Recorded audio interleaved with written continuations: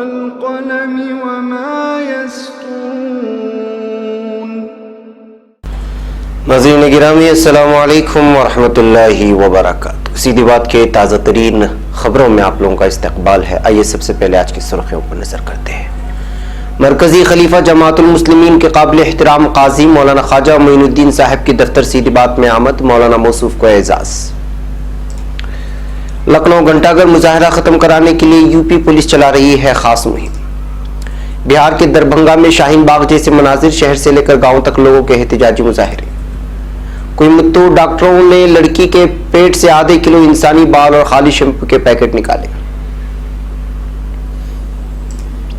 मायावती बोली, अदनान समी को पद्मश्री तो पाकिस्तानी मुसलमानों को पनाह क्यों नहीं। यूरोपीय पार्लियामेंट में सीएए के खिलाफ करारदाद पर ओम बिरला ने जाहिर किया एतराज, अपने हम मनसब को लिखा खत। यूपी पुलिस फायरिंग मामले में इलाहाबाद हाईकोर्ट ने योगी हुकूमत से जवाब तलब किया। शर्जील इमाम के बयान पर भड़के असदुद्दीन ओवैसी, कहा हिंदुस्तान मुर्गे की गर्दन नहीं जिसे कोई भी तोड़ दे।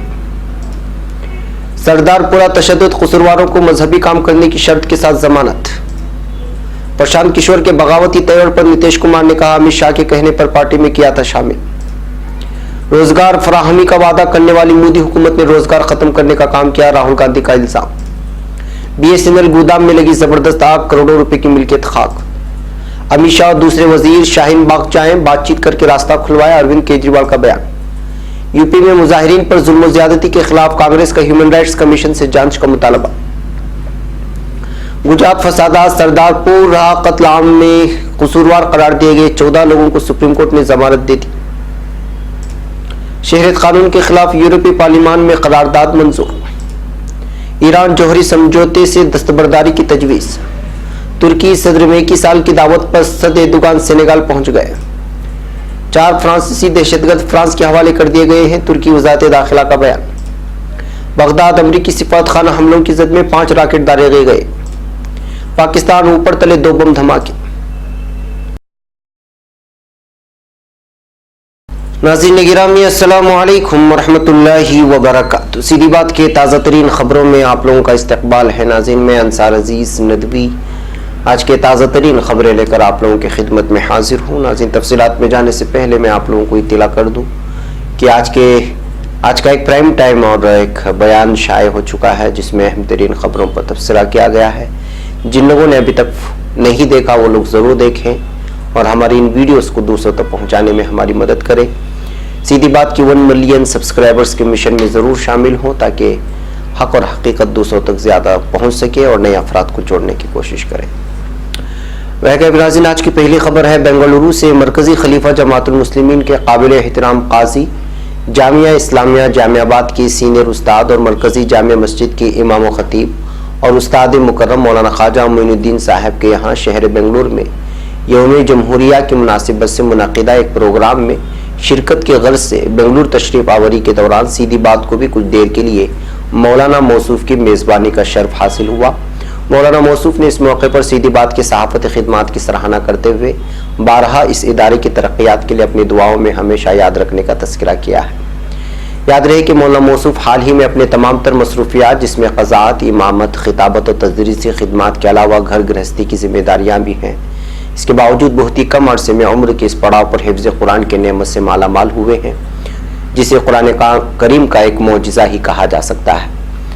इसी मुनासिबत से एडिटर सीधी बात जनाब अंसार अजीज नदवी, जो कि मौलाना मौसूफ के शागिर्द भी हैं, मौलाना की शालपोशी करते हुए हाफिज़ कुरान की सफ़ों में शामिल होने पर मुबारकबादी पेश की है। मौलाना इस मौके पर सीधी बात के लिए खुसूसी दुआओं से भी नवाजा। अब खबर लखनऊ से। शहरियत तरमीमी कानून के खिलाफ रियासती राजधानी में होने वाले एहतिजाज को ख़त्म कराने के लिए अपना हर मुमकिन हरबा अपनाने के बाद अब उत्तर प्रदेश पुलिस ने तहरीककार ख़वातीन के अहले खाना से मुलाकात करके गैर मुअय्यना एहतिजाज को ख़त्म कराने के लिए उन्हें आमादा करने की कोशिश कर रही है। तारीख घंटाघर में होने वाले मुजाहरे का आज 12वां दिन है। गुज़िश्ता 12 दिनों में पुलिस की जानिब से 6 FIR तहरीककार ख़वातीन और उनके हामियों के खिलाफ दर्ज किए जाने के बाद भी ख़वातीन काले कानून के खिलाफ पुरअमन एहतिजाज पर अब भी वज़ीद हैं और उन्हें पुलिस की कार्रवाई भी खाइफ नहीं कर सकी। FIR से काम न बनता देखकर अब पुलिस ख़वातीन के अहले खाना से मिलकर उन्हें एहतिजाज न करने पर आमादा करने की कोशिश कर रही है।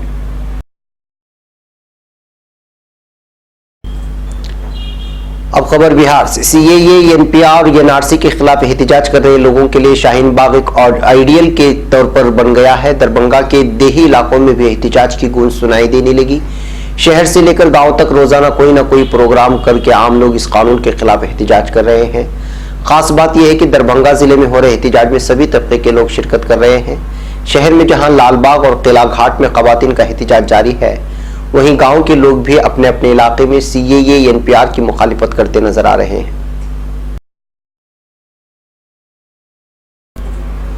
अब खबर कोयम्बटूर से। यहाँ शहर के एक अस्पताल के डॉक्टरों ने एक बड़ा कारनामा अंजाम दिया है। उन्होंने 13 साल की एक बच्ची के पेट से खाली शैम्पू के पैकेट जैसे प्लास्टिक के टुकड़ों के अलावा आधे किलो से ज्यादा इंसानी बाल निकाले हैं।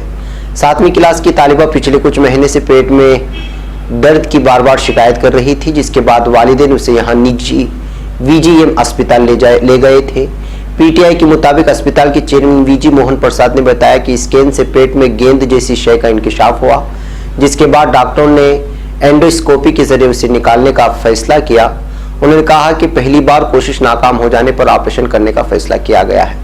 इनके मुताबिक सर्जन गोकुल कृपा शंकर और उनकी टीम ने सर्जरी की और कामयाबी से बच्ची के पेट से बालों और खाली शैम्पू के पैकेटों को निकाल दिया है। अब खबर लखनऊ से। बहुजन समाज पार्टी सुप्रीमो मायावती ने पाकिस्तानी गुलकार अदनान समी को हिंदुस्तान की शहरियत और पद्मश्री से नवाजने के बाद हुकूमत से सवाल पूछा है कि वो बाकी जुल्म ज्यादती के शिकार मुसलमानों को शहरियत क्यों नहीं दे सकती। बीएसपी सुप्रीमो ने मंगल को अपने ट्वीट में लिखा है कि पाकिस्तानी गुलकार अदनान समी को जब बीजेपी हुकूमत शहरियत और पद्मश्री एजाज से भी नवाज सकती है, तो फिर जुल्म ज्यादती के शिकार पाकिस्तानी मुसलमानों को वहां के हिंदू, सिख, ईसाई वगैरह की तरह सीएए के तहत पनाह क्यों नहीं दे सकती। लिहाजा मरकजी हुकूमत सीएए पर दोबारा गौर व खोज करे तो बेहतर होगा। अब खबर नई दिल्ली से। लोकसभा स्पीकर ओम बिरला ने शहरी तरमीमी कानून सीएए के खिलाफ यूरोपीय पार्लियामेंट में करारदाद पेश किए जाने पर सख्त एतराज जाहिर किया है। उन्होंने पीर को यूरोपीय यूनियन के कानून साज इदारे के सरबराह को बताया कि किसी कानून साज के लिए किसी दूसरे मुकन्निना के बारे में फैसला देना नामुनासिब है। साथ ही जाती मफादात रखने वाले अफराद इस तर्ज अमल को गलत इस्तेमाल कर सकते हैं। सीएए के खिलाफ यूरोपीय पार्लियामेंट में मुजवजा बहस वोटिंग के पस मंजर में नायब सदर एम वेंकैया नायडू ने भी कहा कि हिंदुस्तान के दाखिली मामलात में बैरूनी मुदाखलत की कोई गुंजाइश नहीं है। अब खबर इलाहाबाद से। यूपी पुलिस फायरिंग मामले में इलाहाबाद हाईकोर्ट ने रियासती हुकूमत के खिलाफ सख्त रुख इख्तियार किया है। अदालत ने पुलिस फायरिंग में हलाक होने वाले 23 अफराद की पोस्टमार्टम रिपोर्ट और एफआईआर की तफसीलात भी तलब कर ली है। शहरियत कानून और एनआरसी के खिलाफ होने वाले मुजाहरे के दौरान पुलिस फायरिंग से होने वाली अमवात पर अदालत ने रियासती हुकूमत को आड़े हाथों लिया है।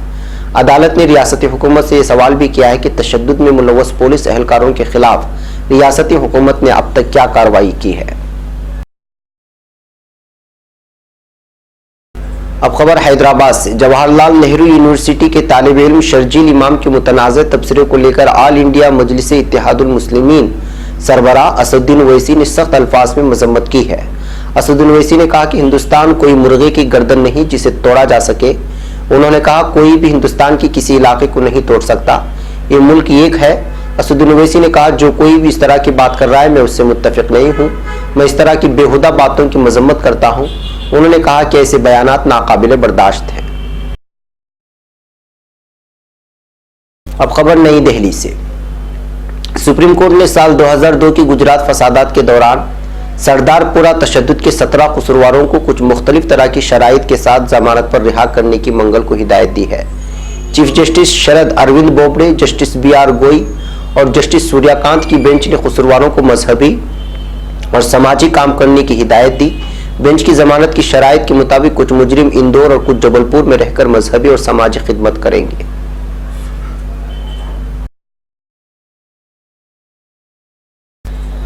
अब खबर बिहार से। जनता दल यू के नायब सदर प्रशांत किशोर लगातार शहरियत कानून और एनआरसी के खिलाफ आवाज उठा रहे हैं। बीजेपी के सीनियर लीडरों को तनकीद का निशाना भी बनाया जा रहा है। इनके बयानात की वजह से नीतीश कुमार अजीबोगरीब कैफियत में मुब्तला है, उन्हें कुछ बोलते नहीं बन रहा है। अब इस सिलसिले में नीतीश कुमार ने एक बड़ा बयान दिया है। उन्होंने कहा है कि किसी ने चिट्ठी लिखी है, मैंने उसे जवाब दिया, कोई ट्वीट कर रहा है तो उसे ट्वीट करने दो, मुझे इसके साथ क्या करना है। पार्टी जेडीयू में कोई भी तब तक रह सकता है जब तक वो चाहे तो जा सकता है। क्या आप जानते हैं कि आप पार्टी में कैसे शामिल हुए? अमित शाह ने मुझे इसे शामिल करने के लिए कहा था। अब खबर राजस्थान से। कांग्रेस रुकने पार्लियामेंट और साबिक पार्टी सदर राहुल गांधी ने आज राजस्थान की राजधानी जयपुर में युवा आक्रोश रैली से खिताब किया। नौजवानों की जबरदस्त भीड़ से खिताब करते हुए राहुल गांधी ने कहा कि पीएम मोदी ने 2 करोड़ रोजगार का वादा किया था, लेकिन आलम यह है कि गुज़श्ता 1 साल में उनकी हुकूमत ने 1 करोड़ रोजगार छीन लिया। उन्होंने मजीद कहा कि बेरोजगारी लगातार बढ़ती जा रही है और इस बारे में पीएम मोदी कुछ भी नहीं बोलते। नौजवान तबका यह सोचकर परेशान है कि उसने जो तालीम हासिल की है उसका फायदा कब मिलेगा, उसे रोजगार कब हासिल होगा। अब खबर जौनपुर से। उत्तर प्रदेश के जिला जौनपुर के शहर कोतवाली इलाके में पीर के अलग सुबह बीएसएनएल के गोदाम में लगी भयानक आग में तकरीबन 2 करोड़ रुपए का सामान जलकर खाक हो जाने का अंदेशा है। पुलिस जराये ने यहां बताया कि कोतवाली इलाके के ईशापुर मोहल्ले में आज अलग सुबह तकरीबन 3 बजे शॉर्ट सर्किट से बीएसएनएल के गोदाम में आग लग गई। धीरे धीरे आग ने भयानक शक्ल इख्तियार कर ली और देखते ही देखते पूरे गोदाम को अपनी जद में ले लिया। आग की लहरों को देखकर वहां सो रहे गार्ड ने पुलिस और महकमे दमकल को आतिशदगी की इत्तला दी। दमकल की 7 गाड़ियों ने मौके पर पहुंचकर आग पर काबू हासिल किया। इत्तला मिलते ही DM Dinesh Kumar Singh, police SSP Ashok Kumar, city magistrate महाफोर्स मौके पर पहुंचे और तकरीबन 6 घंटे की मशक्कत के बाद आग पर काबू पाया जा सका है। आग बुझाने के लिए दमकल की 7 गाड़ियां मौके पर मौजूद थी, जिनमें से 2 को वाराणसी से बुलाया गया था। बीएसएनएल के अफसरान का कहना है कि इस हादसे में तकरीबन 2 करोड़ रुपए के नुकसान का अंदेशा है। अब खबर नई दिल्ली से। दिल्ली के वजीर आला अरविंद केजरीवाल ने शाहीन बाग में शहरियत कानून सीएए के खिलाफ मुजाहरे को लेकर बीजेपी के हमले का जवाब देते हुए मरकज की हुक्मरान पार्टी पर गंदी सियासत करने का इल्जाम लगाया और कहा कि वजीर दाखिला अमित शाह और दूसरे वजीरों को शाहीन बाग जाना चाहिए और लोगों से बातचीत करके रास्ता खुलवाना चाहिए। आम आदमी पार्टी के रहनुमा ने दावा भी किया है कि बीजेपी शाहीन बाग में रास्ता खुलवाना ही नहीं चाहती और ये सड़क 8 फरवरी के बाद खुल जाएगी। केजरीवाल ने सहाफियों से कहा, मुझे दुख है कि बीजेपी इस मुद्दे पर गंदी सियासत कर रही है। शाहीन बाग में जाम से लोगों को बहुत तकलीफ हो रही है। मैं कई बार कह चुका हूं कि एहतिजाज आईनी हक है, लेकिन उससे किसी को तकलीफ नहीं होनी चाहिए। उन्होंने कहा, बीजेपी के लोग कह रहे हैं कि केजरीवाल रास्ता खुलवाने की इजाजत नहीं दे रहे। चलो इजाजत दे दी, ये घंटे में रास्ते खुलवाओ। अब खबर नई दिल्ली से। कांग्रेस के साबिक सदर राहुल गांधी और पार्टी की जनरल सेक्रेटरी प्रियंका गांधी ने उत्तर प्रदेश में शहरियत कानून के खिलाफ हुए मुजाहरे के दौरान मुजाहिरीन पर रियासती हुकूमत के जरिए किए गए मुबैना इस्तेहसाल के खिलाफ ह्यूमन राइट्स कमीशन का रुख किया और फैसलाकुन कार्रवाई की मांग की है। राहुल और प्रियंका की क़यादत में पार्टी के सीनियर रहनुमाओं के वफ़द ने कमीशन के सामने 31 सफ़हात की एक रिपोर्ट सौंपी और सबूत के तौर पर कुछ वीडियो सौंपे हैं। इजलास के बाद राहुल ने ट्वीट करके कहा, कांग्रेस रहनुमाओं के एक वफ़द ने उत्तर प्रदेश के शहरियों के खिलाफ रियासती हुकूमत की बर्बरियत के सबूत ह्यूमन राइट्स कमीशन को सौंपा है। रियासती हुकूमत ने अपने ही लोगों के खिलाफ जंग छेड़ दी है। अब कमीशन को आइडिया ऑफ इंडिया और शहरियों के आईनी हुकूक की हिफाजत के लिए फैसलाकुन तरीके से कार्रवाई करनी चाहिए। नई दिल्ली से। हिंदुस्तान में मुतनाज़ा शहरियत तरमीम कानून के खिलाफ कई मुल्कों ने आवाज उठाई है। अब यूरोपीय पार्लियामान में भी इस पर बहस के लिए करारदाद मंजूर कर ली गई है, जिस पर हिंदुस्तान ने शदीद एतराज करते हुए इसको दाखिली मामला करार दिया है। ये पेशरफ्त एक ऐसे वक्त में हुई है जब वज़ीर आज़म नरेंद्र मोदी मार्च में इंडिया यूरोपीय यूनियन समिट में शिरकत के लिए ब्रसेल्स जाने वाले हैं। 751 रुकनी यूरोपीय पार्लियामान में 651 अराकीन की गैर मामूली अक्सरियत ने शहरियत तरमीम कानून के अलावा जम्मू कश्मीर में आयद पाबंदियों पर बहस के लिए कुल 6 करारदादें मंजूर की हैं। इन पर 29 जनवरी को बहस और 30 जनवरी को वोटिंग होगी। करारदादें मंजूर हो जाने के बाद उन्हें हिंदुस्तानी हुकूमत, पार्लियामान और यूरोपीय कमीशन के सरबराहान को भेजी जाएंगी। अब खबर ईरान से। ईरान के असेंबली मेंबरान ने जौहरी समझौते से दस्तबरदारी पर मबनी कानूनी तजवीज़ को असेंबली में पेश कर दिया है। ईरान की सरकारी खबर रसा एजेंसी IRNA इरना के मुताबिक असेंबली स्पीकर दफ्तर ऐवान के रुकन अहमद अमीर आबादी फराहानी ने असेंबली को 2 तजावीज़ पेश की हैं। फराहानी ने कहा कि पहली तजवीज़ जौहरी समझौते NPT से दस्तबरदारी पर मबनी है और दूसरी तजवीज़ अमेरिका की तेहरान के खिलाफ एकतरफा पाबंदियों में अमेरिका के साथ ताउन करने वाले ममालिक को सजा देने से मुताल्लिक है।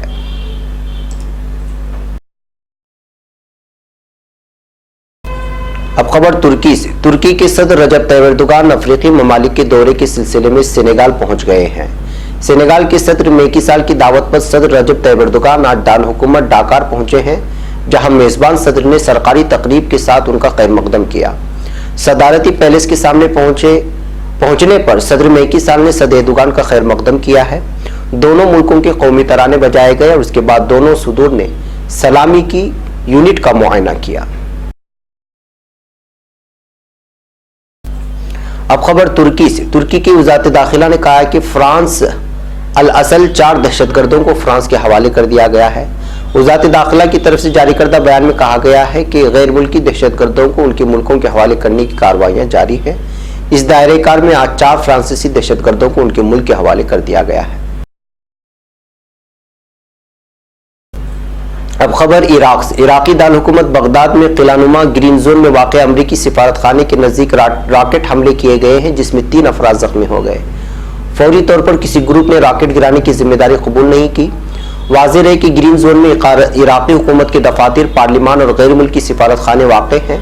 खबर के मुताबिक दरियाए दजला के मगरबी जानिब से धमाकों की मुतादिद आवाज़ें सुनी गई। इसी हिस्से में गैर मुल्की सिफारत खाने वाक़ हैं। एक हिफाजती एहलकार ने बताया कि अमरीकी सिफारत खाने के नज़दीक 3 कात्यूशा रॉकेट गिरे हैं, जबकि एक और जराये ने बताया कि सिफारती कंपाउंड के नज़दीक कुल 5 रॉकेट गिरे हैं।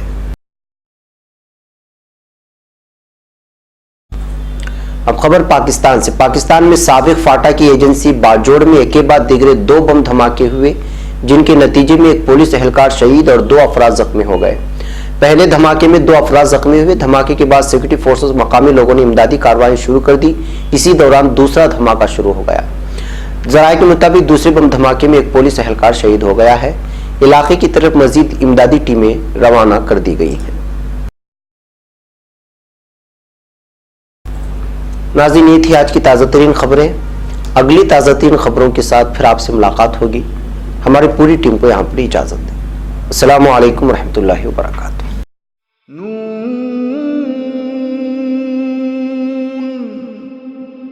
वल क़लम वमा